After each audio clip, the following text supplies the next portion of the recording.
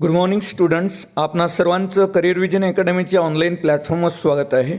आज आपण आगामी महाराष्ट्र राजपत्रित संयुक्त मुख्य परीक्षा गट ब व गट क तसेच आगामी TCS पॅटर्नच्या नगरपरिषद भरती अभ्यासक्रमाच्या अनुषंगाने एक महत्त्वाचा घटक अभ्यासणार आहोत आणि तो घटक म्हणजे नगरपंचायत. नगरपंचायत हा घटक तपशीलवार तपासण्याच्या आधी काही बाबी तुम्ही आवर्जून लक्षात ठेवा. मद्रास महानगरपालिकेची जी स्थापना करण्यात आली ते 29 सप्टेंबर 1688 ही भारतातील पहिली महानगरपालिका आहे. सर्वात अधिक महानगरपालिकांची भारतामध्ये जी संख्या आहे ती महाराष्ट्र राज्यातच आहे आणि जालना ही महाराष्ट्रातील 29वी महानगरपालिका आहे. त्याआधी 28वी महानगरपालिका इचलकरंजी होती कोल्हापूरमधली आणि कोल्हापूरमध्ये आता 2 महानगरपालिका आहे. त्याआधी 27वी महानगरपालिका पनवेल होती आणि पनवेल ही रायगडमधली दुसरी महानगरपालिका आहे, म्हणून रायगडमध्ये 2 महानगरपालिका ही बाब आवर्जून लक्षात ठेवा. त्यानंतरचा आणखी एक मुद्दा लक्षात असू द्या का मुंबई कलकत्ता या ठिकाणी 1726मध्ये नगरपालिकांची स्थापना करण्यात आली होती. त्यानंतर आगामी TCS पॅटर्नच्या नगरपरिषद भरती अभ्यासक्रमाच्या अनुषंगाने हा पण एक मुद्दा लक्षात ठेवा का महाराष्ट्रामध्ये 1965मध्ये नगरपरिषद संचालनालयाची स्थापना झाली होती आणि त्याचं नाव जे बदलून नगरपरिषद प्रशासन संचालनालय असे करण्यात आले 1975मध्ये. हा मुद्दा अतिशय महत्त्वाचा आहे. त्यानंतर सेपरेटली महाराष्ट्रामध्ये 2च शहरांसाठी महानगरपालिका कायदा आहे. तर आपण पाहत आहोत मुंबई महानगरपालिका कायदा 1888चा आहे आणि नागपूर महानगरपालिका कायदा 1948चा आहे. तर सेपरेटली कायदा असणाऱ्या 2च महानगरपालिका महाराष्ट्रात आपल्याला बघायला मिळतात. एक म्हणजे मुंबई महानगरपालिका 1888 चा कायदा आहे तो, आणि नागपूर महानगरपालिका कायदा 1948. मग विशेषतः महाराष्ट्रातील ज्या उर्वरित महानगरपालिका आहे त्यांचं जे कामकाज आहे ते महाराष्ट्र महानगरपालिका कायदा 1949च्या कायद्यानुसार चालते. ही बाब आवर्जून लक्षात असू द्या. त्यानंतर आपण महत्त्वाचा आणखी एक मुद्दा पाहणार आहोत का महाराष्ट्र नगरपरिषद नगरपंचायत व औद्योगिक नागरी अधिनियम 1965चा आहे. तर या अधिनियमाची अंमलबजावणी केव्हापासून झाली असे तुम्हाला एक प्रश्न विचारला जाऊ शकतो. तर महाराष्ट्र नगरपरिषद नगरपंचायत व औद्योगिक नागरी अधिनियम 1965 चा जो कायदा आहे त्याची अंमलबजावणी 10 सप्टेंबर 1965 पासून सुरू झाली. ही बाब आवर्जून लक्षात ठेवा. त्यानंतर नगरपंचायत आपण पाहणार आहोत. नगरपंचायत हा स्थानिक स्वराज्य संस्थेचा एक प्रकार आहे आणि तुम्हाला माहीत असेल का 74व्या घटनादुरुस्तीनुसार नागरी स्थानिक स्वराज्य संस्थांना घटनात्मक दर्जा देण्यात आलेला आहे आणि नगरपंचायत हा नागरी स्थानिक स्वराज्य संस्थेचा प्रकार आहे. ही बाब अगोदर लक्षात ठेवा. त्यानंतर महाराष्ट्र नगरपरिषद नगरपंचायती व औद्योगिक नागरी अधिनियम 1965च्या कलम 341A पासून तर 341E या कलमांमध्ये नगरपंचायतीची रचना असो, निवडणुका, स्थापना इत्यादी संबंधीच्या वेगवेगळ्या तरतुदी करण्यात आलेल्या आपल्याला दिसतात. तुम्हाला माहीत असेल का 74वी घटनादुरुस्ती ही कायदा जो आहे तो 1992चा आहे आणि 74व्या घटनादुरुस्तीने नागरी स्थानिक स्वराज्य संस्थांना घटनात्मक दर्जा प्रदान करण्यात आला आणि या 74व्या घटनादुरुस्तीने भारताच्या राज्यघटनेमध्ये 12वं परिशिष्ट जोडलं. ही बाब लक्षात ठेवा आणि एक भाग जोडला तो म्हणजे 9A. आणि 74व्या घटनादुरुस्तीची जी अंमलबजावणी सुरू झाली ती म्हणजे 1 जून 1993. आगामी सर्व स्पर्धा परीक्षांसाठी ही तारीख खूप महत्त्वाची आहे का 74व्या घटनादुरुस्तीचा अंमल कोणत्या दिवशी लागू झाला ते म्हणजे 1 जून 1993 आणि 74व्या घटनादुरुस्तीनं भारताच्या राज्यघटनेमध्ये 12वं परिशिष्ट जोडलेलं आहे आणि शिवाय एक भाग जोडला तो म्हणजे 9A आणि जवळपास नागरी स्थानिक स्वराज्य संस्थेच्या संदर्भात 18 बाबींचा उल्लेख देखील आपल्याला 74व्या घटनादुरुस्तीनं केलेला आढळतो. आता दुसरा एक महत्त्वाचा मुद्दा लक्षात ठेवा, तो देखील 74व्या घटनादुरुस्तीनंच ॲड केलेला आपल्याला पाहायला मिळतो का भारतीय राज्यघटनेमध्ये या 74व्या घटनादुरुस्तीनं भाग 9A जोडला आणि त्याच्यामधील एक कलम आहे 243Q. आता या 243Q नुसारच नगरपरिषदेची म्हणा किंवा नगरपंचायतीची म्हणा महानगरपालिकेची स्थापना करण्यात येते. हा देखील एक महत्त्वाचा मुद्दा आहे का भारतीय राज्यघटनेतील कोणत्या कलमानुसार नगरपरिषद नगरपरिषद महानगरपालिकांची किंवा आपण पाहिलं नागरी स्थानिक स्वराज्य संस्थांची स्थापना करण्यात येते त्यावेळेस त्याचं उत्तर येईल कलम 243Q नुसार.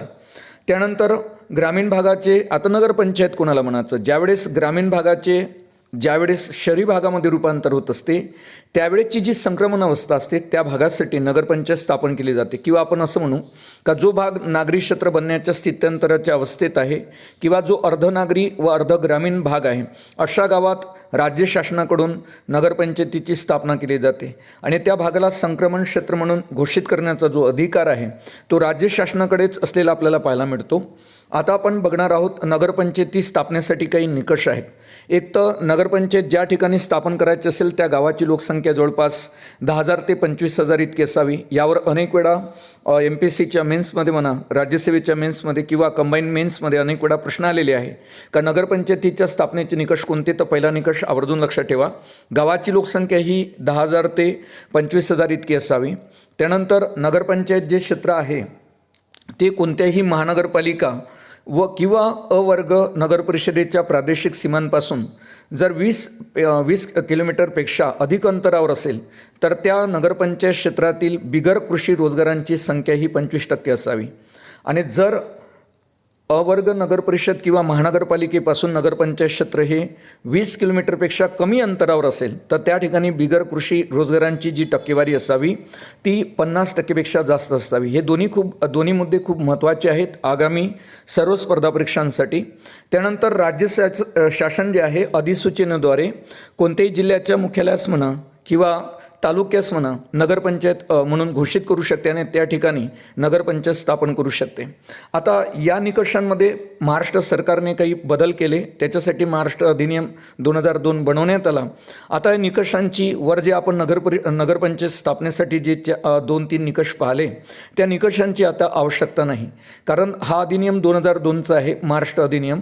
आणि यानुसार काही बदल करण्यात आले का राज्यातील जिल्हा मुख्यालय किंवा तालुका मुख्यालय असलेलं क्षेत्र म्हणजे संक्रमणात्मक क्षेत्र हे घोषित केले जाण्यासाठी वरील निकषांची पूर्तता होणे बंधनकारक आता असणार नाही.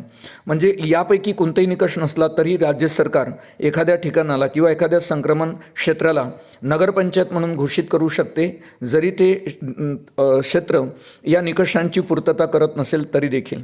आता पुढचा मुद्दा आपण बघणार आहोत. प्रत्येक नगरपंचायतीला मालमत्ता संपादन करण्याचा पण अधिकार आहे, धारण करण्याचा, विल्हेवाट लावण्याचा तसेच करार करण्याचा अधिकार नगरपंचायतीला असतो. आणि प्रत्येक नगरपंचायतीला दावा दाखल करण्याचा अधिकार असतो. त्या पद्धतीनं इतरांना नगरपंचायतीच्या विरुद्ध दाखल करण्याचाही अधिकार असतो. ही बाब आवर्जून लक्षात ठेवा. त्यानंतर आपण नगरपंचायतीच्या निवडणूक प्रक्रिया पाहणार आहोत. यामधले काही मुद्दे तुम्ही आवर्जून लक्षात ठेवा का नगरपंचायतीची प्रत्यक्ष निवडून द्यावयाच्या सदस्यांच्या संख्येच्या प्रमाणात प्रादेशिक मतदारसंघात विभागणी होत असते, त्याला आपण प्रभाग किंवा वॉर्ड म्हणतो. आता एक सर्वात महत्त्वाचा मुद्दा आहे का नगरपंचायतीची प्रभाग रचना कोण करते. तर नगरपंचायतीची जी प्रभाग रचना केली जाते ते विभागीय आयुक्ताकडून निश्चित करतात. ही बाब लक्षात ठेवा का नगरपंचायतीची प्रभाग रचना हे विभागीय आयुक्त निश्चित करत असतात आणि प्रत्येक विभागातून एकच पंचायत सदस्य म्हणजे नगरपंचायत सदस्य निवडून दिला जातो. त्यानंतर नगरपंचायतीमध्ये आरक्षणाची देखील तरतूद आपल्याला पाहायला मिळते. तर SC आणि ST कॅटेगरींना नगरपंचायतीमध्ये त्या ठिकाणच्या लोकसंख्येच्या प्रमाणात आरक्षण दिले जाते. याशिवाय जर OBC असेल प्रत्यक्ष निवडणुकीद्वारे भरवायच्या जागांच्या एकूण संख्येच्या आपण पाहिलं 27% जागा या इतर मागासवर्गीयांसाठीच म्हणजे OBCसाठी राखीव असतात. आणि शिवाय महिलांसाठी 50% जागा राखीव असतात. 2011 नुसार महाराष्ट्रामध्ये स्थानिक स्वराज्य संस्थांमध्ये 50% जागा ज्या आहेत त्या महिलांसाठी राखीव ठेवण्यात आलेली आहे. ही बाब लक्षात ठेवा. त्यामध्ये SC ST OBC महिला असेल तर यांना 50% जागा स्थानिक स्वराज्य संस्थांमध्ये राखून ठेवल्या जातात. त्यानंतर आपण नगरपंचायतीच्या सदस्यांसाठीची अगोदर पात्रता बघू, नंतर अपात्रता. नगरपंचायत सदस्यासाठी काही आवश्यक पात्रता आहे. त्याने वयाची 21 वर्ष पूर्ण केलेली असावी, ही पहिली पात्रता. आणि त्यानंतर त्या व्यक्तीच्या नावाचा नगरपंचायतीच्या प्रभागाच्या मतदार यादीत समावेश असला पाहिजे, ही दुसरी पात्रता. नंतर राज्य विधिमंडळानं वेळोवेळी केलेल्या ज्या अटी असतात त्याची त्यानं पूर्तता केली पाहिजे, ही तिसरी पात्रता. अशा 3 पात्रता नगरपंचायत सदस्यांसाठी आवश्यक आहेत. त्यानंतर नगरपंचायत सदस्यांच्या काही अपात्रता आहेत, त्या देखील लक्षात घेणं आवर्जून लक्षात ठेवणं महत्त्वाचं आहे. का नगरपंचायतीच्या सदस्यांच्या अपात्रता कोणत्या, तर राज्य कायदेमंडळाने केलेल्या कोणत्याही कायद्या अनन्वये निवडणूक लढवण्यास जर तो अपात्र ठरत असेल तर तो अपात्र असेल. त्यानंतर भारताने भारतातील न्यायालयाने कोणतीही अपराधाबद्दल दोषी ठरून नगरपंचायतीच्या सदस्याला किमान 2 वर्षाची कस सुनावली असेल तर त्यावेळेस देखील तो सदस्य अपात्र ठरेल. हा मुद्दा खूप महत्त्वाचा आहे 2 नंबरचा. त्यानंतर तिसरा मुद्दा आहे का ती व्यक्ती मानसिकदृष्ट्या विकल असेल, ज्याला आपण मेंटली डिसऑर्डर म्हणतो, किंवा दिवाळखोर असेल तरी ती नगरपंचायतीची सदस्य ही अपात्र ठरते. आणि त्यानंतर चौथ्या नंबरचा जो मुद्दा आहे, सदस्य म्हणून निवडून आल्याचे घोषित झालेल्या दिवसापासून त्यांना 6 महिन्याच्या आत जात पडताळणी प्रमाणपत्र सादर जर तो करत नसेल तरी तो अपात्र ठरतो.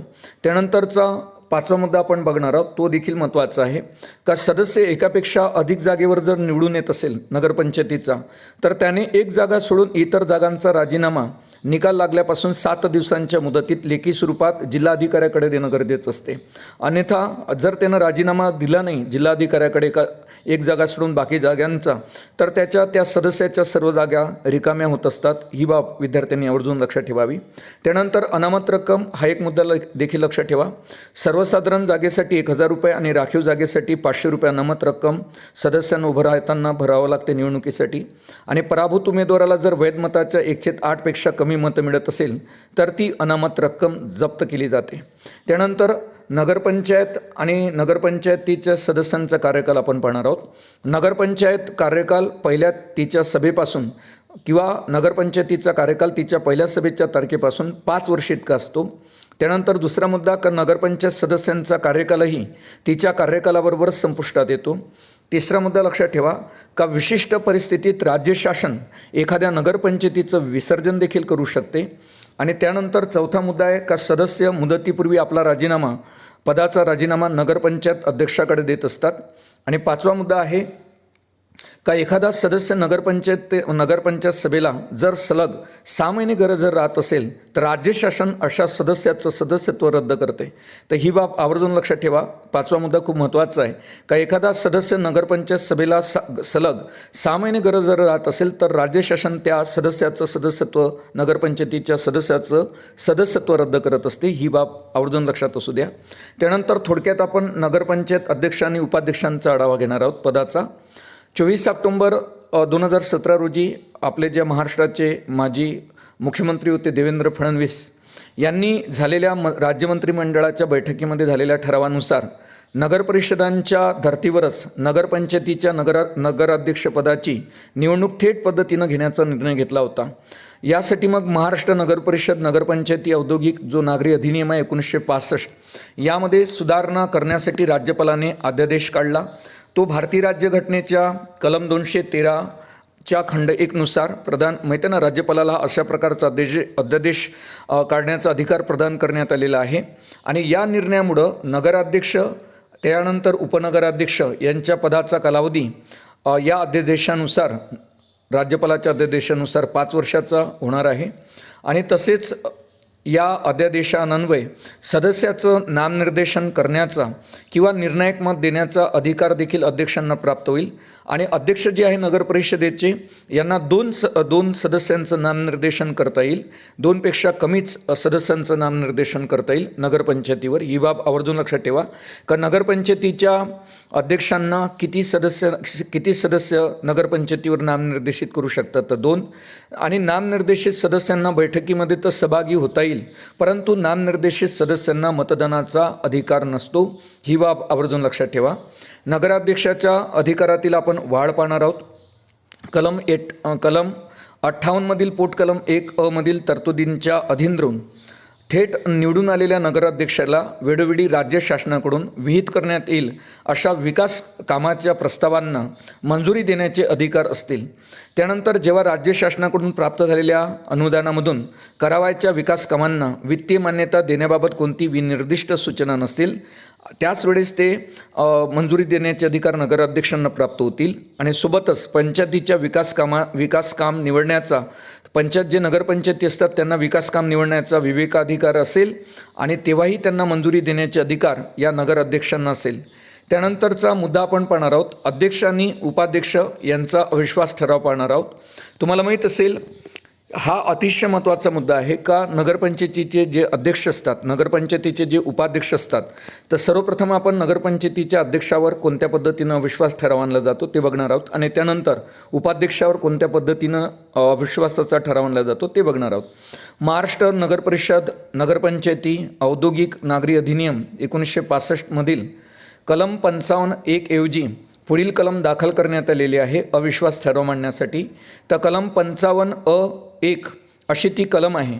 तर कलम 55(1) या अन्वये थेट निवडून आलेल्या अध्यक्षाला पदावरून दूर करण्याच्या मागणीपत्रावर एकूण नगरपंचायतीचे जे काही सदस्य असतात त्या सदस्य संख्येच्या निम्म्यापेक्षा कमी नसतील इतक्या सदस्यांनी स्वाक्षरी केलेली असेल आणि त्यामध्ये अशा अध्यक्षावरील गैरवर्तनाच्या आरोपाचा अंतर्भाव असेल असं मागणीपत्र त्यांनी जिल्हाधिकाऱ्याकडे पाठवणं गरजेचं असते.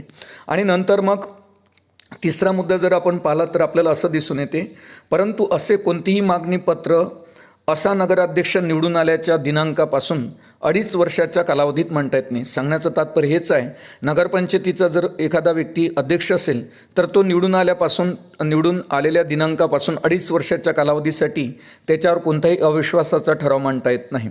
चौथा मुद्दा पहा, वरीलपैकी मागणीपत्र प्राप्त झाल्यास जिल्हाधिकारी अशा अध्यक्षावरील आरोपांची चौकशी करण्यासाठी 1 महिन्याच्या कालावधीत चौकशी पूर्ण करेल जिल्हाधिकारी. म्हणून या ठिकाणी दिलेलं आहे का वरीलप्रमाणे म्हणा, तर मागणीपत्र प्राप्त झाल्यास जिल्हाधिकारी अशा आरोपांची चौकशी मागणीपत्र प्राप्त झाल्यापासून दिनांकापासून 1 महिन्याच्या कालावधीच्या आत पूर्ण करेल. परंतु अशा कोणत्याही प्रकरणामध्ये चौकशीचा जो कालावधी आहे तो 3 महिन्यापेक्षा अधिक वाढवता येणार नाही. आणि चौकशीच्या कारवाईस अचानक कोणतेही कारणास्तव किंवा अपरिहार्य कारणामुळे विलंब जर होत असेल तर चौकशीच्या अशा वाढीव कालावधीबाबत जिल्हाधिकारी राज्य सरकारची किंवा राज्य शासनाची पूर्वसंमती घेईल आणि जिल्हाधिकारी नंतर त्या चौकशीचे जे निष्कर्ष आहे ते कलम 55(अ) अन्वये कारवाई करण्यासाठी शासनाला सादर करेल. आणि जिल्हाधिकाऱ्याने चौकशीचे निष्कर्ष राज्य शासनाला सादर केल्यानंतर राज्य शासन जिल्हाधिकाऱ्याकडून प्राप्त झालेल्या अहवालाच्या दिनांकापासून 6 महिन्याच्या आत त्या अहवालावर निर्णय घेईल. अध्यक्षांच्यावर जो अविश्वासाचा ठराव आलेला आहे त्या संदर्भात राज्य शासन किती दिवसात निर्णय घेईल जिल्हाधिकाऱ्याकडून अहवाल प्राप्त झाल्यानंतर, तर राज्य शासन जिल्हाधिकाऱ्याकडून अहवाल प्राप्त झाल्याच्या दिनांकापासून 6 महिन्याच्या आत त्या अहवालावर निर्णय घेईल. ही बाब आवर्जून लक्षात ठेवा. या पद्धतीनं हा अध्यक्षावरचा अविश्वास ठरावाची पूर्ण प्रोसेस आहे. त्यानंतर उपाध्यक्षावरील आपण अविश्वास ठराव पाहणार आहोत. नगरपंचायतीचे जे उपाध्यक्ष असतात त्या उपाध्यक्षांना पदावरून दूर करण्यासाठी तर निवडून आलेल्या सदस्यांपैकी किमान 2/3 बहुमतानं त्यांच्यावरचा अविश्वासाचा ठराव पास होणं गरजेचं असते. आणि तत्पूर्वी किमान 1/2 सदस्यांनी अध्यक्षांकडे अविश्वास ठरावाकरता विशेष सभेची मागणी करावी. या दोन्ही बाबी तुम्ही उपाध्यक्षावरील अविश्वासाच्या ठरावाच्या संदर्भात लक्षात ठेवू शकता का उपाध्यक्षांना पदावरून दूर करण्याचा ठराव निवडून आलेल्या सदस्यांपैकी किमान 2/3 बहुमतानं संमत व्हावा लागतो. आणि त्या अगोदर सर्वात प्रथम किमान निम्म्या सदस्यांनी म्हणजे 1/2 सदस्यांनी अध्यक्षाकडे अविश्वास ठरावाकरता विशेष सभेची मागणी करावी. उपाध्यक्षांच्या विरुद्ध अविश्वास ठराव मांडण्यासाठी 1/2 सदस्यांनी अध्यक्षाकडे अविश्वास ठरावासाठी विशेष सभेची मागणी करावी लागते. आणि मागणीपत्र मिळाल्यापासून किमान 10 दिवसाच्या आत नगरपंचायतीचा जो अध्यक्ष असतो तो विशेष सभा बोलावतो. आणि त्यानंतर चौथा मुद्दा जर आपण बघितलं तर आपल्याला पाहायला मिळते का उपाध्यक्षाची निवड झाल्याच्या दिनांकापासून पहिले 6 महिने पदावरून त्याला दूर करण्याचा ठराव मांडता येत नाही. ही बाब खूप महत्त्वाची आहे का नगरपंचायतीचा जर एखादा व्यक्ती उपाध्यक्ष म्हणून निवडून आला असेल तर पहिले 6 महिने त्यांना पदावरून दूर करण्याचा ठराव मांडता येत नाही. आणि दुसरी बाब, नगरपंचायतीमध्ये तुम्हाला माहीत असेल नगरपंचायतीचे जे अध्यक्ष असतात ते 2 सदस्यांची निवड करू शकतात. तर अशा नामनिर्देशित सदस्य जे असतात जे निवडल्या जातात 2 नगरपंचायतीच्या अध्यक्षाकडून अशा नामनिर्देशित सदस्यांना पदावरून दूर करण्याच्या ठरावावर मतदानाचा हक्क नसतो, ही पण बाब लक्षात ठेवा. आणि 6वा मुद्दा असा आहे का असा ठराव उपाध्यक्षावरील अविश्वासाचा ठराव जर एकदा फेटाळला गेल्यास पुन्हा उपाध्यक्षावर नव्याने असा अविश्वासाचा ठराव मांडता येत नाही. अशा पद्धतीनं हे नगरपंचायतीच्या संदर्भातील एक महत्त्वाची माहिती आपण इथं दिलेली आहे, जे तुम्हाला आगामी सर्व प्रकारच्या स्पर्धा परीक्षांसाठी उपयुक्त ठरेल. पुन्हा आपण भेटू अशाच प्रकारच्या एका महत्त्वाच्या घटकाला, अभ्यासक्रमातील घटकाला घेऊन, विशेषतः नगर परिषदेच्या संदर्भात. तर पुन्हा भेटू आपण. तोपर्यंत धन्यवाद.